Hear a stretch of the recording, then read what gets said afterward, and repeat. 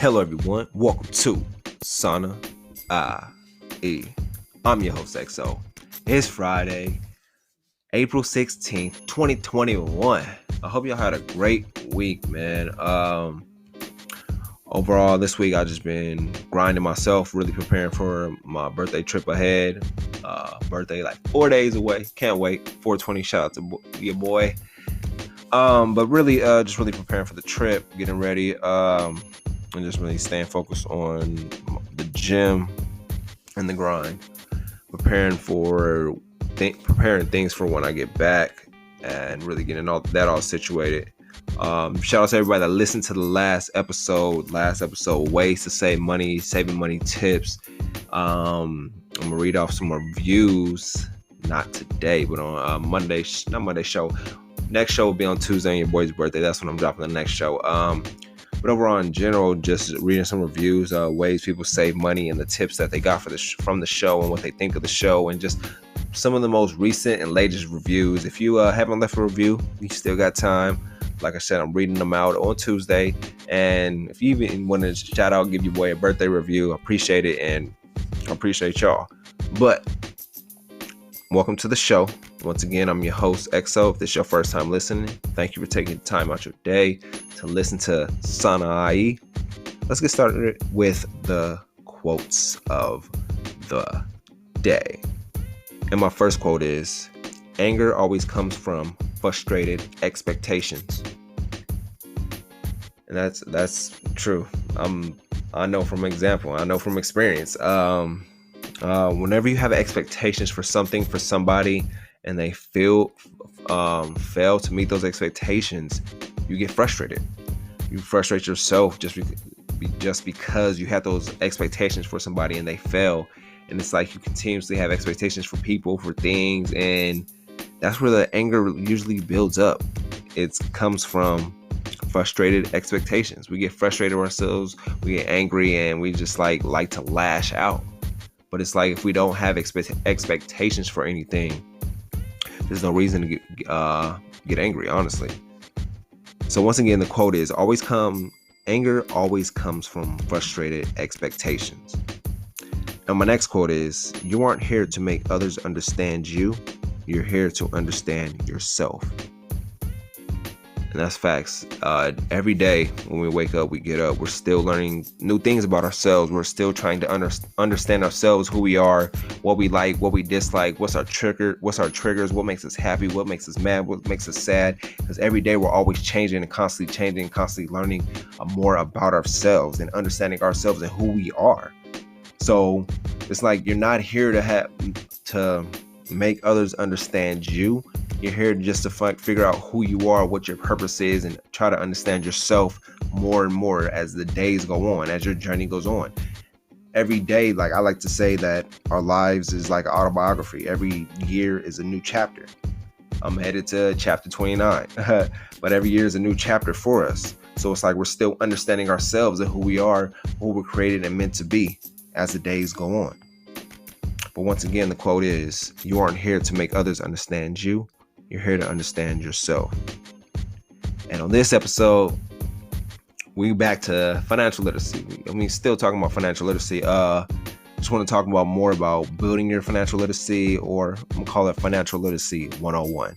That's going to be my next topic that I'm going to be discussing, and really covering how can we build our financial literacy and the steps that we can take to build it. I got some statistics and a bunch more. I'll be right back with Sana IE.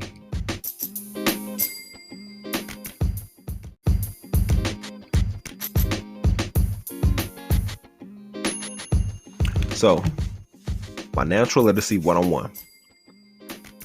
Forbes did a study, and it said 44% of Americans don't have enough cash to cover a $400 emergency.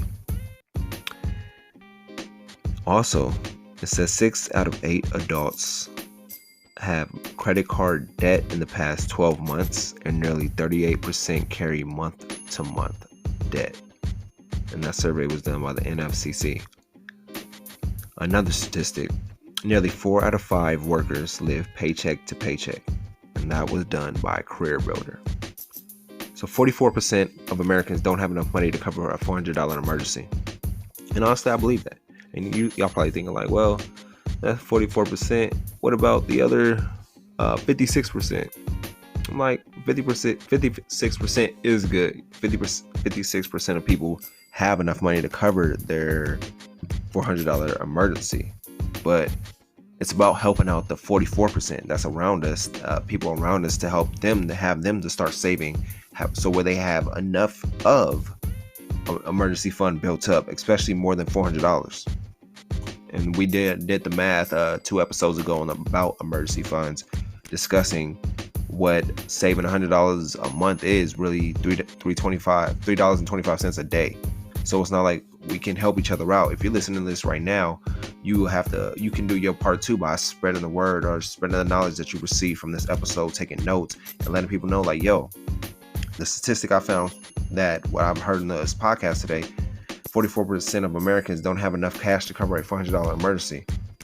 Let's start with your family, start with your peers, start with the people around you, and see how their finances are, how they're doing on emergency funds, how they're doing on budgeting, how they're doing on investing, how they're doing on saving, and just bringing up the conversation, having the conversation with them, because it's like, we all know money is an awkward subject to talk about, but it's like, it has to be discussed so we can know how we can help each other out versus everybody being in the dark.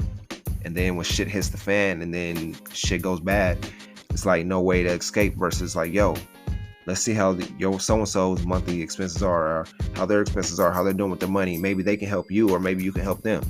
So it's like having that discussion with people. Another statistic said 6 out of 8 U.S. adults have had credit card debt in the past 12 months. And that's where financial literacy comes to hand too. So we all know how a credit card works, how the interest rate works on the credit card versus just spending in that moment, getting that instant gratification. And it said nearly 38% carry month-to-month debts. Month-to-month debt, there's good debt and there's bad debt. This is bad debt. So we just have to learn the difference and do the research ourselves. And the other one says nearly 4 out of 5 U.S. workers live paycheck to paycheck. Paycheck to paycheck, which shouldn't be happening. We all should have multiple streams of income, and there's ways for each of us to have multiple streams of income. It's whatever we're passionate about. What are you passionate about? How can you turn that into a side hustle or a business or something like that, so you can have a cash flowing income? So you're not just settled on the 9 to 5. Having a 9 to 5, yeah, that's cool if that's what you want to do. Or maybe your passion lies somewhere else. Maybe you want to get up and work for yourself. Maybe you want to travel the world. Find out ways so you can get paid to do what you love, versus just working 9 to 5, getting up every day on that same cycle, stuck in that rat race.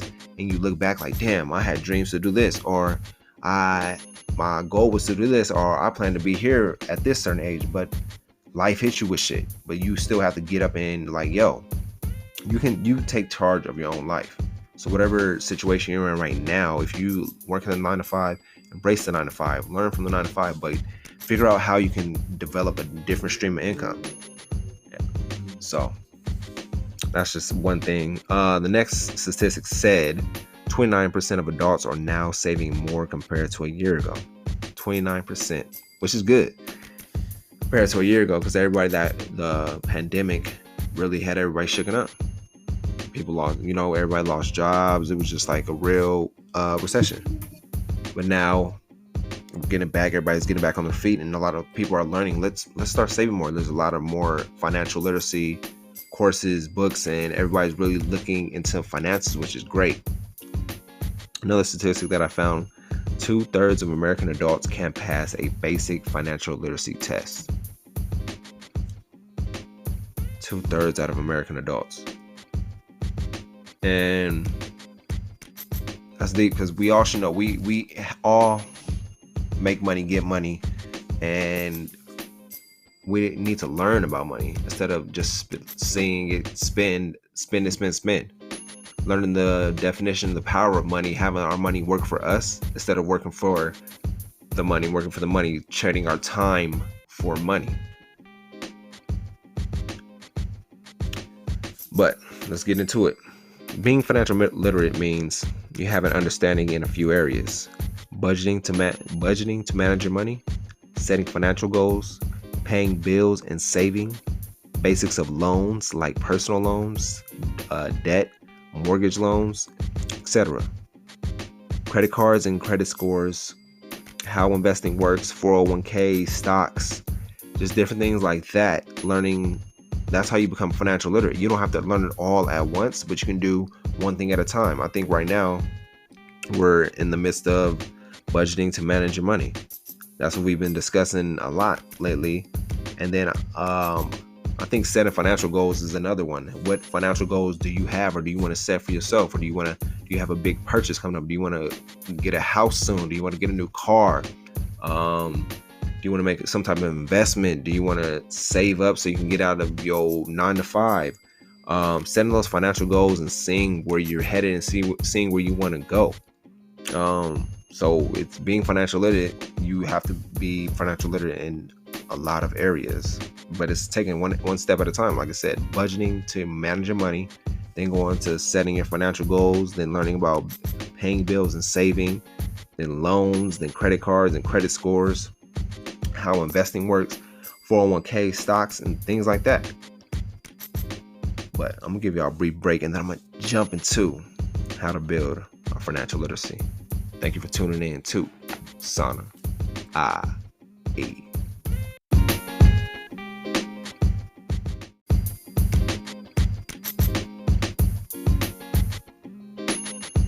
All right, so now we're jumping into how to build our financial literacy. What are the steps? What do we need to do? First thing that I found is hit the books. Look into different personal finance books and spending about 1 hour a day reading books about managing your money, investing, how to budget, loans, bank accounts, credit cards, credit scores, and just different stuff like that. I'm pretty sure we all heard of different personal finance books or finance books in general. Just to really learn about and start reading in.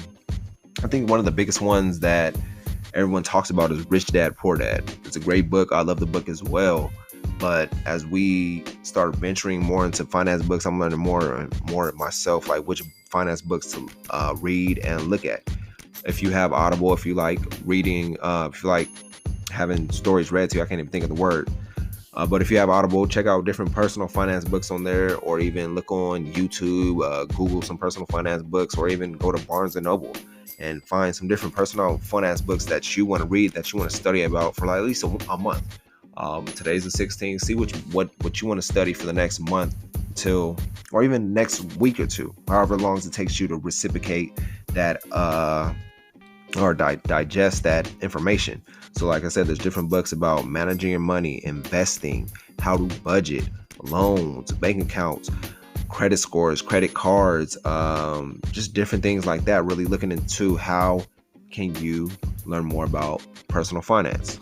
Number 2 is read finance magazines or even blogs. Check out Kiplinger, Financial Times, Forbes, Fortune, and personal finance blogs. They have all this information there for you, and so we can all learn about one by one. Because me personally, I'm still trying to see which finance magazines to read, as well as which blogs. Because I'm more of a podcast listener, as well as I'd rather listen versus just read it. But sometimes I do sit down and read myself. But just looking at different blogs as well as finance magazines. Number 3, use the financial management tools. There's tons of apps out there for anything, especially when it comes to saving your money, budgeting your money, investing. There's different apps for everything. All you got to do is put it in the app store and search for it. Some of the apps that I recommend is Every Dollar, that helps you budget. Digit helps you save and invest. Mint takes a count of all of your accounts and expenses, all your bills and everything, puts everything into one and keeps everything organized for you. So check out Mint. It's a great app. There's an app called Copilot, Capital, Honeydew. Honeydew is more for couples. So if you're a couple, check out Honeydew. That's how to really budget both of y'all finances together. There's an app called YNAB, which is basically called You Need a Budget. Saveology. Personal Capital and Bloom. There's plenty more of there's financial apps, but all you gotta do is put finance in, like I said, the app store, and it'll pop up for you. Number 4, listen to money podcasts, listen to finance podcasts. There's a podcast called Bigger Pockets. There's a podcast called The Stacking Benjamin Show. Afford Anything. One of my favorite podcasts right now is Earn Your Leisure, that I listen to heavy, and they really drop a lot of gems about, like I said, finance, personal finance, and different financing tips. There's a Dave Ramsey show. There's not an episode, but a podcast called Black Wealth Renaissance, and just different podcasts out there. You can also put that in the search bar if you listen to podcasts and check out which ones to listen to that really deal with personal finance. Number 5, take a financial literacy course. Take a course. This course is like everywhere, especially on Instagram. I'm always finding different courses to take, finance courses, business courses, and just courses to take, different ebooks and things like that. Check into online schools, what online schools are offering finance courses or any courses that you're interested in, as well as checking out college courses or even education centers. And like I said, on Instagram, you'll find a lot of courses that people have set up for themselves, where it comes to where CPAs set up courses, business managers set up courses. Everybody have different courses that they set up that you can really buy and really invest into, and it helps you out in the long run for anything you're trying to do, especially when it comes to financial literacy. Number 6, read the government resources. Check out the Treasury website to learn more about personal finance. They have a lot of gems and things on there for us, a lot of notes that not a lot of notes, but a lot of information to receive on there. So check out the Treasury website. Number 7, this is the big one for me.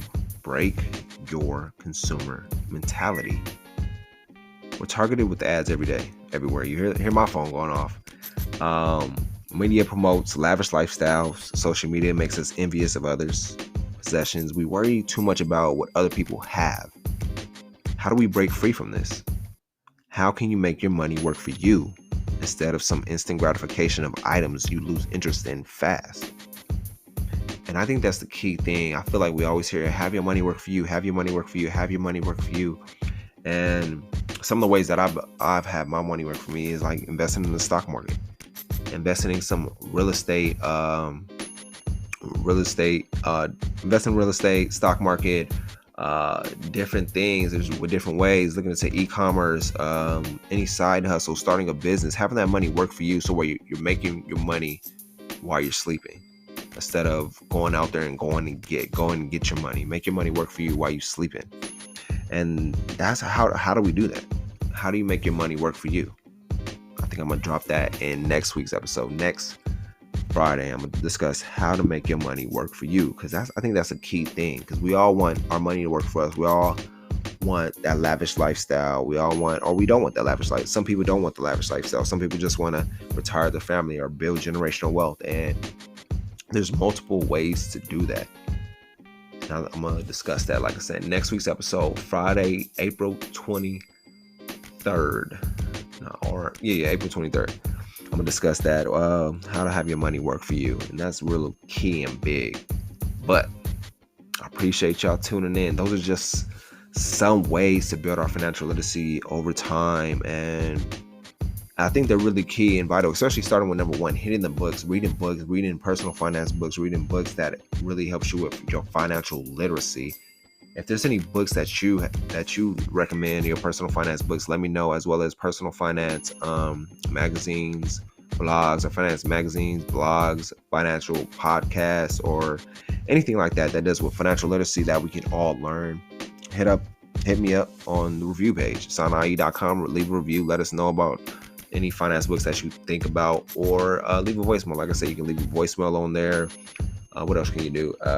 You can hit us on the email. You can hit us on any social media at Sanae, and really let's talk about it. Let's get the discussion started. Like I said, this episode is Financial Literacy 101, and we'll be right back with the recap.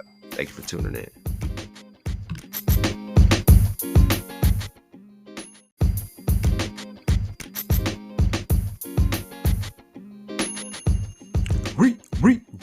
Recap. Thank you, ladies and gentlemen, for tuning in to Sanae. Man, today's episode, Financial Literacy 101, and just really discussing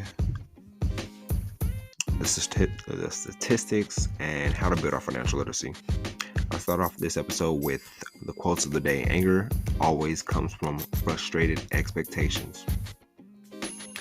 I want to hear when you got angry about an expectation you had for somebody, for yourself, and did it help you or did it hinder you? Let me know. Sanae.com, as well as the second quote. You are not here to make others understand you. You're here to understand yourself. You know, you always hear know yourself, know your worth. And that goes with everything in life. Know what you're worth. Know yourself in and out. Know what triggers you. Know what you love. Know what you hate. Know what you don't like. Know how your energy is. Be aware of your energy. Be aware of your body. Know your body. And really just know yourself. Then we got into the topics of the show. The first segment, building your financial literacy.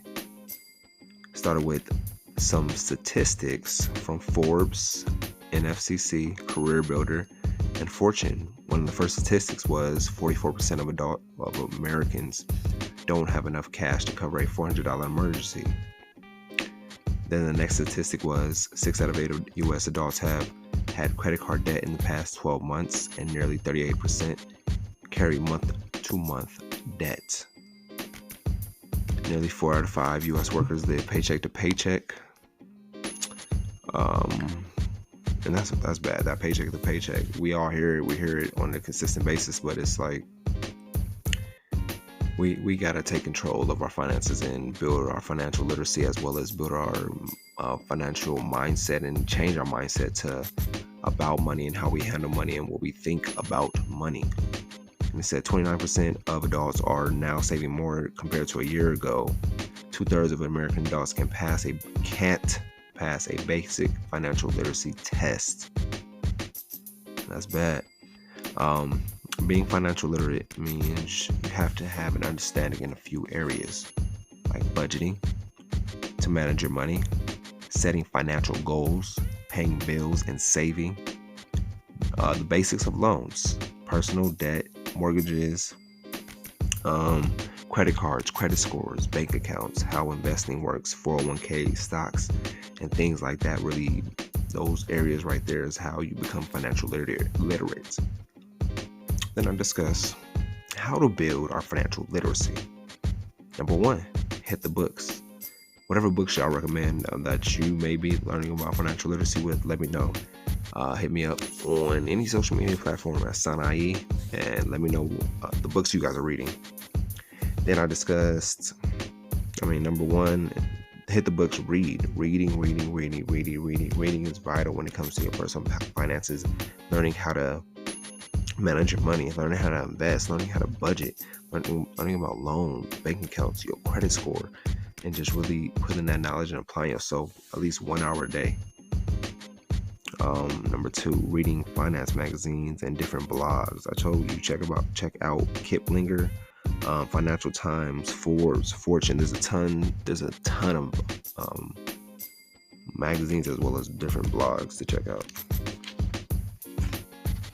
Then we flip to number 3, using different financial management tools. One of the apps I like, EveryDollar.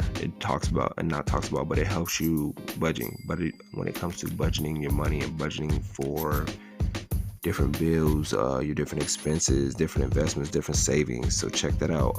I like the app Digit. They just started a thing where you can start investing into your IRA.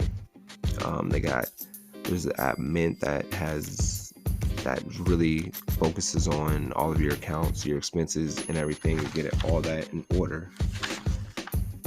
There's the app Copilot, Capital, Honeydew, if you're a couple, and y'all want to get y'all finances together and talk about y'all finances as well as getting everything situated. Check out Honeydew. It's a great app. YNAB is a good app. Saveology, Personal Capital, and Bloom. There's a lot of financial management tools and apps to help you out. All you gotta do is search in the app store and put finance in, and a whole lot will pop down for you. as well as listening to different finance podcasts, money podcasts about teaching you about financial literacy and how to budget, how to save, how to invest. Really looking into podcasts like that. You can also search for that in any podcast on any podcast platform. What else? Number 5, take a financial literacy course. Check out the different courses on the web, on YouTube, different online schools, as well as looking for courses on Instagram. A lot of entrepreneurs, a lot of people that's educated in their fields have courses and steps about financial literacy or anything that you're trying to accomplish, as well as checking out the government resources, the Treasury website, to learn about more about personal finance. And the last one, break your consumer mentality. Break your consumer mentality.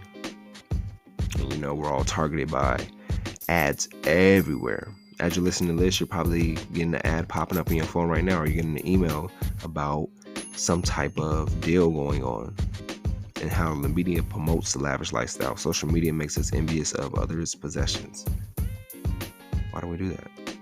How do we break free from this? How do we make our money work for us instead of that instant gratification of items that we lose interest in fast?